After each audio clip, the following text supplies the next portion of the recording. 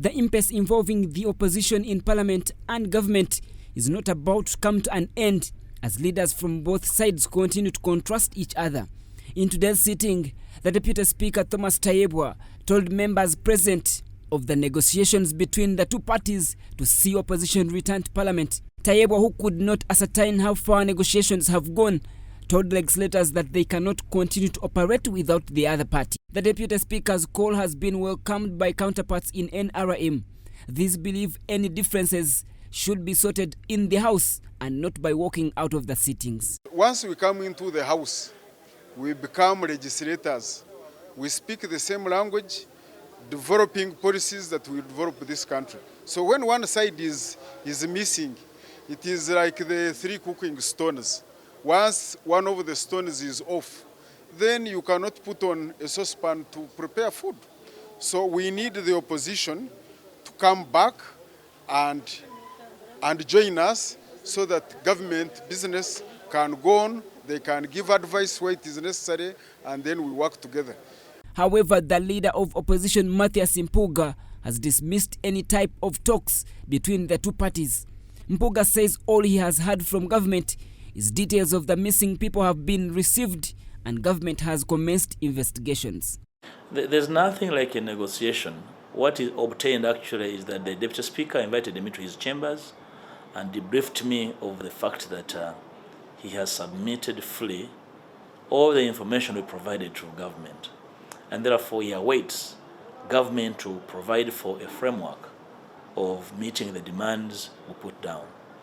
That is my duty. I have a duty to colleagues I lead that I must at all times hear from the presiding officer to be able to report back to them, and therefore together we can agree on the next course of action. The opposition members say they are tired of oppression by government as well as continued abduction. They demand that a tangible action is made by government to prove coexistence. There is no amount of legislation that can atone for murders and disappearances.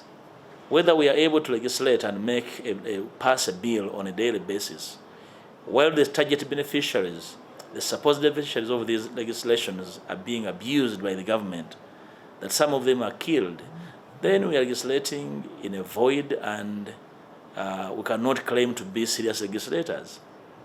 So law making, legislation, and accountability must be consequential. We cannot engage in inconsequential actions as legislators from the opposition.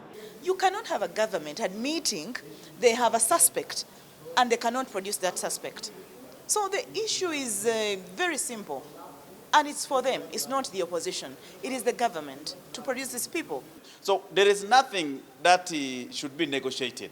The issues of human rights should be looked at above the party lines. In fact, I want to tell my colleagues in the NRM that when we are discussing the issues of human rights concerning the country, we must look at the country first and put the issues of the country primarily above the issues of the party. The issue of the party should be secondary. For now, there are no clear signs that the opposition will return to the House. This has, however, not stopped their counterparts from the NRM and the independents from conducting business. RAMSON, Church of Uganda Family TV, News at 8.